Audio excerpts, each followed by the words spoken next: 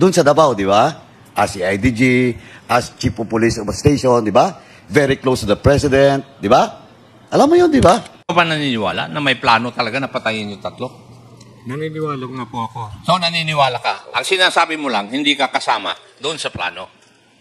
Naunahan po ako doon sa plano. Okay na, okay na. I just want to establish muna. Kaya nga, nung nakarang hearing pa, sinabi ko na alam na po namin yung puzzle. Tapos na po yun. Tapos. Yes, Your Honor, Mr. Chair. Binago ko po dahil... So ibig sabihin, nagsinungaling ka nung una at sinumpa mo yun. Because of my... Paano kami maniniwala ngayon sa iyo na totoo na yung pangalawa mong affidavit? Kung dun sa umpisa, una pa lang, nagsinungaling ka na. Because of my personal safety, Your Honor, Mr. Chair. Because of your personal safety, nagsinungaling ka? Opo. Kasi... Ngayon, gumawa ka ng second affidavit. Hindi ko naman po akalain na... Hindi. Hayaan mo muna, patapusin mo muna ako. Gumawa ka ng second affidavit mo disregarding your personal safety already. Tama po ba ang aking kaisipan? Hindi ko po akalain na in this hearing, ang pagkakalam ko po is through executive session. Kasi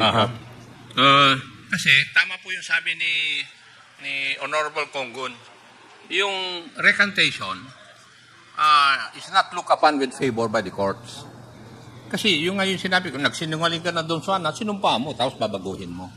Yun po yun. Ngayon, umpisahan po natin. Nailipat yung tatlong Chinese na PDL sa iyong lugar. Kanino nang galing yung utos? From higher headquarter po, Your Honor. Hindi ko naman. Sino po doon sa higher headquarters na nag-utos? Yung Director of Corrections. Sino po yung Director of Corrections na nag-utos na ilipat yung tatlo sa Davao Penal Colony? Based on the record po, Your Honor, Director General, then Rinier Cruz.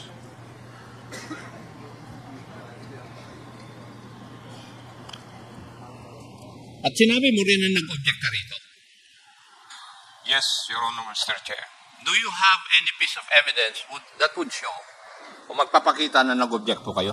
Yes, in fact, it was the first letter which I opposed to the transfer dated July 27, 2015. And nireiterate ko po ng October 2015. Sige, narinig ko na yung sinuot mo kanina.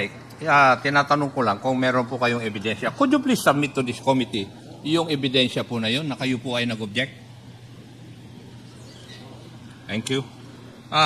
Punta po tayo dun sa statement ninyo na you were subjected to intense pressure by then CIDG officer Rowena Garma, who called me through the cell phone of another inmate Fortaleza, at sinabi sa iyo ni Madam Garma na may mga tao kami dyan na gagawa at huwag mo nang questionin.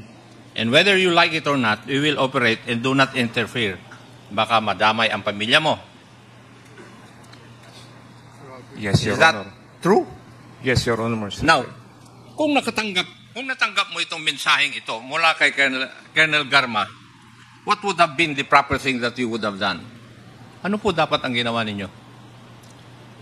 Hindi ko po actually binigyan ng kuan yung kanyang sinabi. Kumbaga, hindi mo pinagbigyan pero sinabi mo, you experience intense pressure tapos yes, hindi mo binigyan ng kuan. during that time, Your Honor, Mr. Chair, nagkaroon po ng ganun. Oo nga. Kasi gusto nilang during that time madaliin po yung pagsasagawa nung Pagsasagawa ng ano? pagpatay doon sa tatlong Chinese. So, at that point in time, alam mo na napapatayin yung tatlo. Alam ko po, Anong ginawa mo nga? Yun ang tanong ko nga eh. Anong ginawa mo nung nalaman mo napapatayin yung tatlo na nasa loob ng iyong piitan? Marami kang pagsisinungaling, Colonel eh. Kasi nakakulong po yun, hindi ko talaga akalain na mailalabas po doon sa pinagkulungan nila. Merong ano?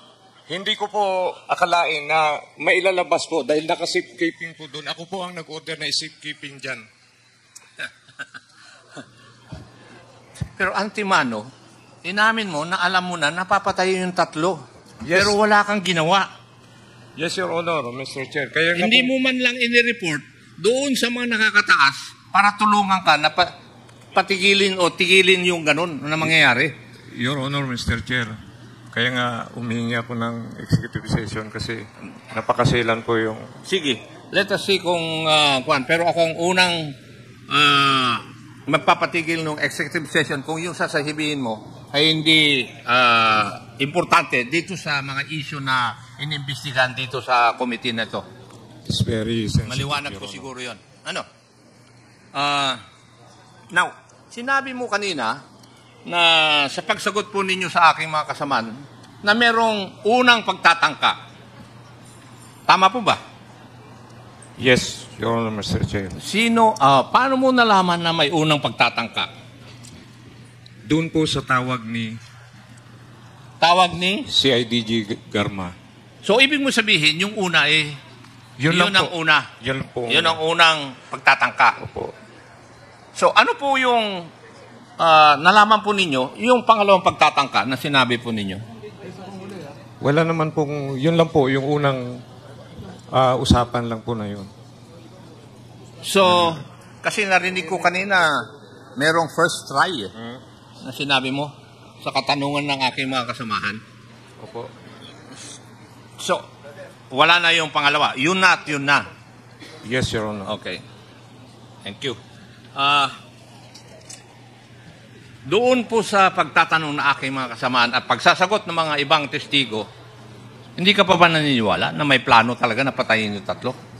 Naniniwala nga po ako. So, naniniwala ka. Ang sinasabi mo lang, hindi ka kasama doon sa plano.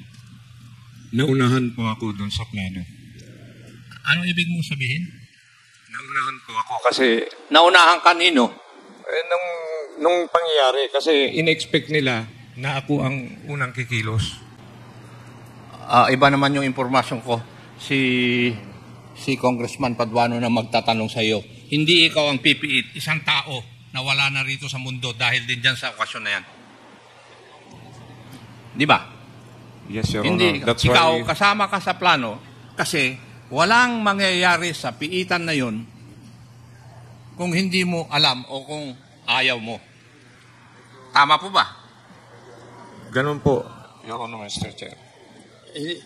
May nangyayari sa piitan na hindi mo nalalaman? Ganun po ang nangyari. O nangyari lang dito sa pangyayaring ito? Opo, opo. Okay. Yun po yung inyong depensa. Yung pong paggalugad, kanino pong utos talaga yun? Para magkaroon ng kasalanan, yung dalawang PDL para mabartolina sila. At anong yung paggalugad din dun sa foreign part ng inyong detention? Yun po ang Sino po ginalugad din po sila para sila mapunta sa Bartolina? Tama po. Sino nag-utos din? Tulad ng sinabi ko po, meron po kung Tinatanong ko lang po kung sino ang nag-utos. sa security operation po. Security operation. Sino po yun? Ang security operation ko during that time is Robert Quinto. Quinto. Tinuturo mo na dahil patay na siya. Hindi Di po. ba? Siya po ang... Hindi nga, patay na siya, di ba? Yes, Your Honor. Pero Yes, binaril din siya. Kaya huwag na tayong pumunta ron. Kasi kanina, nung last hearing, sinabi ni Tiniente Poro na ang nag-utos ng paggalugad doon sa lugar ng mga inchik at saka yung dalawang PDL, kayo po ang tinuro. It's a matter of record. Nandun po. Kaya, ginawa yung galugan na yun para magkaroon ng dahilan para madala sila sa Bartolina kung saan sila papatayin. Kasi, nandun din doon sa statement na sinabi nung dalawang nautusan na papatay na mahirapan sila dahil nandun sa ibang lugar, yung 3 inchik, at nasa ibang lugar sila. Kaya ginawa ng paraan na mapupunta sila sa iisang lugar, sa selda number 6 ng Bartolina. Tapos, inamin din ng iyong in charge sa Bartolina na punong-puno yung Bartolina. Pero yung selda number 6, dadalawa lang ang nandun. at doon dinala yung 3 inchik na pinatay. Kaya, kung tutuusin, kung ikaw ay investigador talaga, makikita mo na parang may plano. Di ba? Ikaw na rin nagsabi. Meron po Sabi talaga. mo na may plano. Meron po talaga. Yes. Kaya lang, ang sinasabi mo, hindi ka kasama sa plano, pero hindi naman mangyayari po ito kung tatanggihan nyo o hindi nyo papayagan. Thank you, Mr. Chair. Thank you, Congressman Akop. The next to interpolate is Congressman Paduano. You're recognized. Thank you, Chairman. Anyway, Mr. Chairman, eto lang po, kay Padilla, kasi buo na po yung puzzle. Buo na namin po. Ngayon, we're just requesting you to tell the truth. Now, in my question, pag hindi mo kayang sagutin in public, you'll just tell me na mag-executive, you will request for an executive session. Okay? Kaya nga po, humihingi po ako ng for an executive session.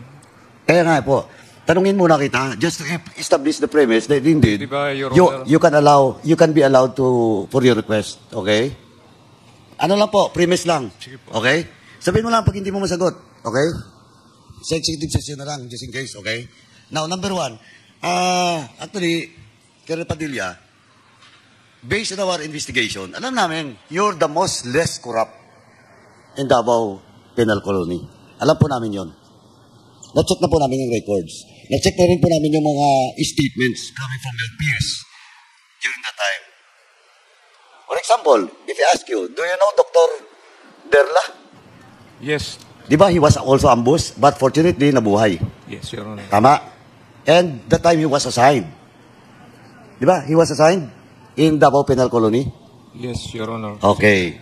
Now, so alam mo yon. Alam mo rin siguro ang kwento doon. Alam mo, di ba? And can you commit to us that you will divulge the reason behind? Yes, Your Honor. Okay, second. Wag na tayo, ito, actually, yung bagong ano mo, yung 9 to 11 mo, mali ito eh. Hindi totoo to eh. Hindi totoo yung paragraph 9, 10, 11 in your affidavit. Hindi totoo po to. Kasi, if I ask you, kanina tinanong ka ni Chairman Ako with regards sa Galugan, malinaw po, walang pakialam na si Quinto the time. Sinabi na po ni Foro na at your orders, galugudin. Maggaluga doon sa incheck at saka sa 2 PDL. Established na po yun. Now, sabi mo dito, during the time of duty ka na nung nangyari, di ba? Tama? Okay. Now, if you are off duty, sino naka-duty during the time? Second, high-ranking, kasi 24/7 dapat yan, di ba, Bucor? Yes, sa inyo? Your Honor. Sino yung next? Of course, your deputy. Deputy po, supposed to be. In absence of deputy, No, tanong ko ngayon, sino? Sino yung nandun? Commander of the Guards po. Saan si Quinto during the time? Wala po doon. Outside, dahil nakatira po sa labas. So, wala siya. Wala siya. Wala rin siyang travel sa Manila official travel during the time. Parang nagkaroon po ng parang may Wednesday siguro. Sabado po nung nangyari. Yeah, August 13. Chinek ko na po yung records eh. August 13, he was not during the week. Yes. Tama? Ganun Okay. po. Kaya yung statement po dito, na yung security for operation, blah, blah, blah, Robert Quinto, patay na yun eh. Pero alam ko rin yung kwento dito, alam mo rin siguro. Yes. Okay. Next question. Is Dr. Derla ang ito sinabi ko na kanina, you're the most less corrupt.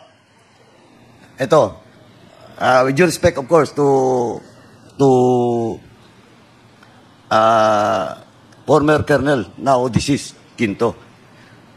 Alam mo naman yung relasyon ni Quinto, ni Derla sa 3 Chinese, especially kay Tony Lim. Alam mo yun, di ba? Yes, Your Honor. Now, can you divulge it during the executive session? Yes, Your Honor. At least para lang po maklear din natin yung pangalan ni Quinto with regards to that killing. Kaya nga po, humihingi ako ng... Okay na. I just want to establish muna. Kaya nga, nung nakarang hearing pa, sinabi ko na alam na po namin yung puzzle. Tapos na po yun.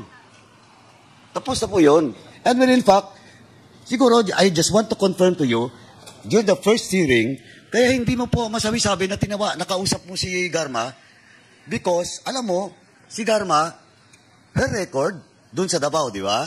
as CIDG, as Chief of Police of a station, di ba? Very close to the President, di ba? Alam mo yun, di ba? Kaya medyo wala kang choice. Yes, that's true. The same as true for all those persons involved in this particular plan. Tama? Yes. Okay. Now, so, do you commit? Sabihin mo na lahat? Nang hindi na ako magtatanong doon. Sabihin mo na you narrate na lang doon sa executive session po. Yes. Kasi gusto ko rin i-clear yung pangalan ni Deputy Superintendent Quinto with regards to what happened. Yes, Your Pero I Honor. will not clear his name with regards to his affiliation with the three Chinese. And, pwede natin, well, in fact, kilala mo rin, si Macariola. Tama? Yes, Your Honor. Diba ba? And do you confirm that Macariola is very close to classmate ni Quinto? Yes, Your Honor. Oh, di ba? Okay, tell all ka na doon. Ayop pa. Ayop kasi, as stated by Congressman Acop, pag hindi ka nagsabi ng totoo, we will cut short your statement yes, during the Your Honor. executive session. Yes, Your Honor. Tsaka po, marami pa po eh. May mga complication ka kasi, ang dami dito. For example, Inspector Glase. Eto, sa Glase. Inspector Edgardo Mendoza. Chief Inspector Roque. Now assigned in Sablayan. Si Glase nasa NBP ngayon, di ba? Tama? Davao po. Davao pa rin. Okay. Now, si Roque is in Sablayan. In Davao po. In Davao pa rin. O, tama. And marami pa po. Mga names. Kasi we have already checked. Pero as I've stated, I hope you will say it all during the executive session. Kasi, again, let me stress, ikaw po, less corrupt ka. Doon sa loob ng ano po. Thank you po. Nakuha ko na po yung background mo. Kaya lang, I do believe na na-pressure ka lang. Kaya tell all na. Tell all na kasi wala na eh. And you will be retiring by November, di ba? Tama. Kasi baka magpatong-patong pang kaso mo because of this. Okay? So, you commit na to this committee. Okay, ha? Yes po. Your Okay. Honor. That's all, Mr. Chairman.